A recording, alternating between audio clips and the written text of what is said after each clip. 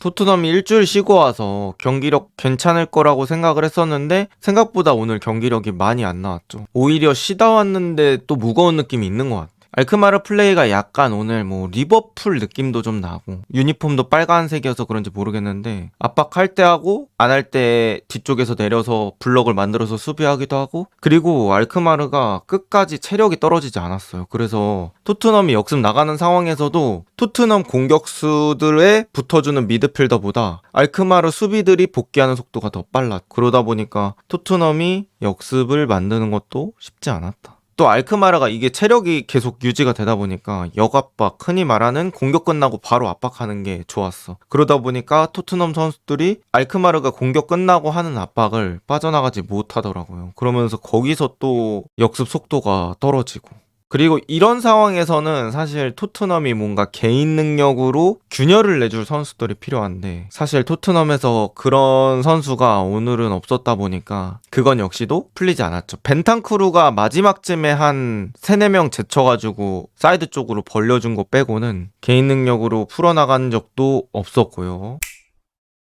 벤탄쿠르 남겨둔 건 이해가 됐어요. 벤탄쿠르가 뭐 피지컬도 있고, 일단 오늘 경기에 경고 받아서 경고 누적으로 출전하지 못하기 때문에 너는 오늘 그냥 풀타임 뛰어라, 이런 것까지는 이해가 가는데, 이제 베리바라고 메디슨 중에 선택할 수 있었는데 메디슨을 빼고 베리바를 남겼단 말이지. 그 뜻은 아무래도 좀 터프한 싸움에서 베리발이 더 나을 거라고 판단을 하고 베리바를 남겨둔 것 같은데, 사실 메디슨이 없다 보니까 이 플레이 메이킹이 조금 줄어든 느낌? 창의적인 것들이 좀 줄어든 느낌 들어서 토트넘이 후반전에도 공격이 상당히 좀 답답했습니다. 제가 생각했을 때는 알크마르 스타일 자체가 에너지를 바탕으로 하는 축구를 좀 많이 하고 있는 것 같아요. 뭐 경합도 열심히 하고, 그리고 전방 압박 타이밍 나오면 계속 압박하면서 토트넘이 뒤에서 예쁘게 빌드업 나오지 못하게 그런 식으로 하고요. 토트넘은 반대로 이제 뒤에서부터 빌드업을 하고 싶어하는 팀이잖아요. 그런데 오늘은 토트넘이 그렇게 할 컨디션이 좀 안 되는 것 같아요. 왜냐면 잔디라는 저는 변수가 있다고 생각을 하는데, 잔디가 토트넘 홈 경기장에 비해서 고르지 못합니다. 그래서 조금씩 이렇게 통통통통 튀는 경향이 있고, 이런 잔디에 토트넘 선수들이 덜 익숙할 수밖에 없겠죠. 아무래도 알크마르 선수들은 자기 홈 경기장이다 보니까 조금 더 토트넘 선수들보다는 익숙할 것 같고요. 그리고 토트넘은 공을 많이 만지면서 축구하는 걸 좋아하잖아요. 그런데 똑같은 잔디라도 공을 더 많이 만지고자 하는 팀이 이런 데서는 불리하다고 생각을 하거든요. 근데 이게 만약에 2차전까지 있잖아. 그래서 토트넘이 2차전까지 생각한다고 했을 때는 막 이러면서 시간 보내다가 뭐 무승부로 가도 제가 봤을 땐 전력상으로는 토트넘이 홈 경기장에서 조금 더 우위라고 생각이 들거든요. 근데 일단은 베리발의 그 자책골로 인해서 이 한 골 먹힌 게 조금 경기에 안 좋게 작용을 한 것 같아. 사실 토트넘이 한 골 안 먹히고 0대0으로 유지됐으면은 또 다음을 볼 수 있는데, 지금 일단 한 골 먹힌 게 좀 치명적인 것 같고, 편히 말해서 좀 특수부대 축구라고 얘기를 하는데, 좀 뭐 공중볼 경합, 지상 경합, 지저분한 공처리 막 이런 것들을 좀 해줘야 되는데, 이거는 알크마르가 더 잘하고 있는 것 같아요. 그러니까 홈 어드밴티지를 조금 더 잘 살린다? 근데 또 아쉬운 게 테리 지금 센터 포워드지만 클래식 9번이 아니잖아요. 그래서 이 등지고 이런 플레이에 텔이 장점이 있는 선수가 아니다 보니까 더더군다나 힘들어지는 것 같아요. 그래서 일단 텔은 뭐 사실 잔디를 떠나서 지금 텔 자체의 컨디션이 그렇게 좋은 것 같진 않아 보여요. 뭐 이번 경기뿐만 아니라 그때 아스톤 빌라전에서 한 번 득점한 거 이후로는 계속해서 텔이 좋지 않은 폼을 보여주다 보니까 또 이런 잔디에선 더더군다나 자기의 장점을 살릴 수 없으니까 되게 애매해지고 있어.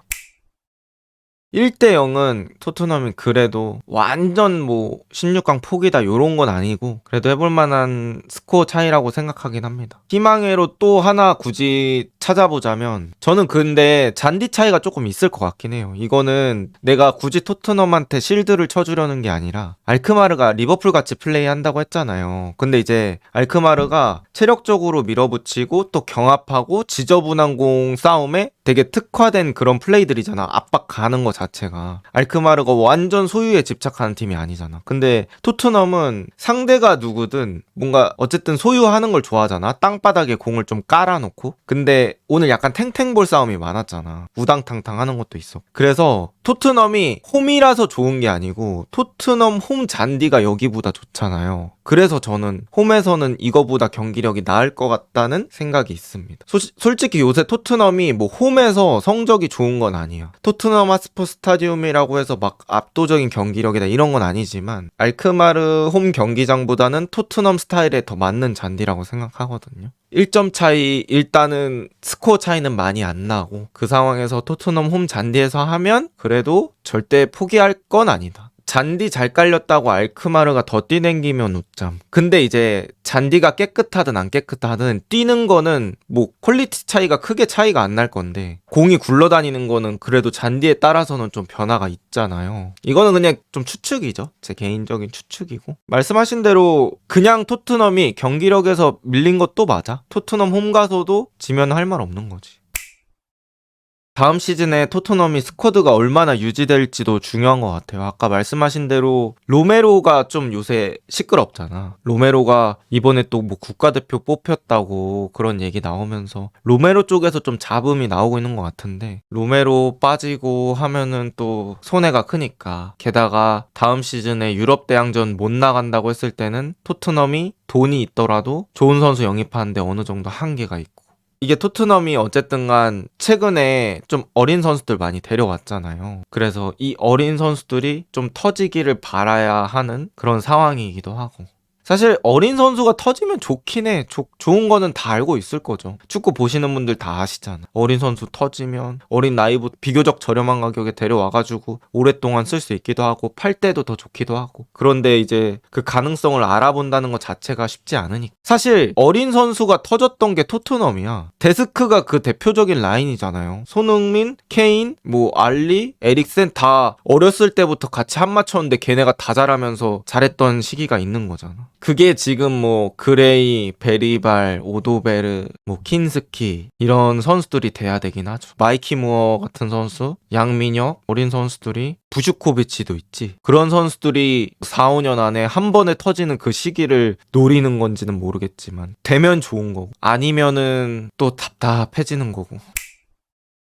토트넘이 이제 2차전에서 중요한 거는 반더벤 로메로를 쓸 수 있느냐가 저는 또 중요할 것 같거든요. 아무래도 토트넘이 또 뒤쪽부터 풀어나오는 거 중요시하는 팀이고 로메로 같은 선수가 있으면 또 전진 패스의 퀄리티가 달라지기 때문에 반더벤 로메로가 2차전에 출전할 수 있느냐 여부도 저는 또 중요할 것 같아요. 맞아. 그러니까 결과론적이긴 하지만 지금 상황으로 봤을 때는 이제 맨시티전에서 로테이션 돌린 게 어떻게 보면 아깝게 된 거지. 물론 이제 뭐 만약이라는 건 없습니다. 뭐 로테이션 안 돌렸어도 맨시티한테 졌을 수도 있어. 그거는 맞는데 오늘 경기까지 지게 됐으니까 이제 맨시티전 로테이션 한 것도 아쉽게 느껴지는 거지.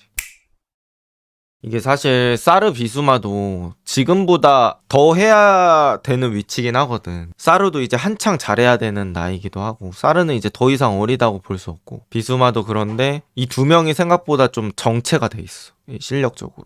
그러다 보니까 그 중간 라인이 힘을 좀 못 받는 것들이 있죠. 그래도 토트넘 비카리오가 잘하긴 한다. 베리발 골이 운이 없다면 운이 없을 수 있긴 하지만 그럼에도 불구하고 뭐 1대1 찬스도 있어서 그런 것들은 비카리오가 또 막아주긴 했잖아. 그래서 만약에 토트넘이 여기서 이겨서 다음 라운드 진출한다고 하면은 비카리오의 공도 좀 있을 것 같고. 사실 골키퍼 칭찬을 하기보다는 오늘 골키퍼 있었어? 라는 얘기가 나올수록 팀이 좋은 상황이긴 한데 오늘은 그렇게 좋지 않은 게임이었네요.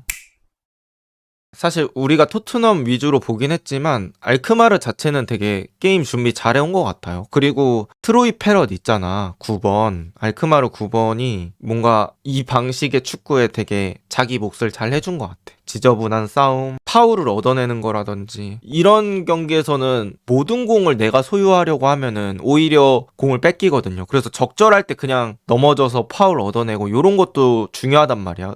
약간 공격수의 영리함? 근데 확실히 페럿은 이 구장에서 많이 해보다 보니까 또 이런 스타일에 익숙하다 보니까 괜찮더라. 사실 이제 토트넘에서 그거 해줄 선수가 이제 솔랑키인데 오늘 이제 포스테코글루는 솔랑키를 좀 아끼고 싶었던 것 같아요. 솔랑키를 조금 시간 늦게 해가지고 넣었는데 이거는 진짜 운이 없는 거지. 이 부상은 뭐 포스테코글루 때문이다라고 말할 순 없고 이거야말로 이제 사고지, 사고.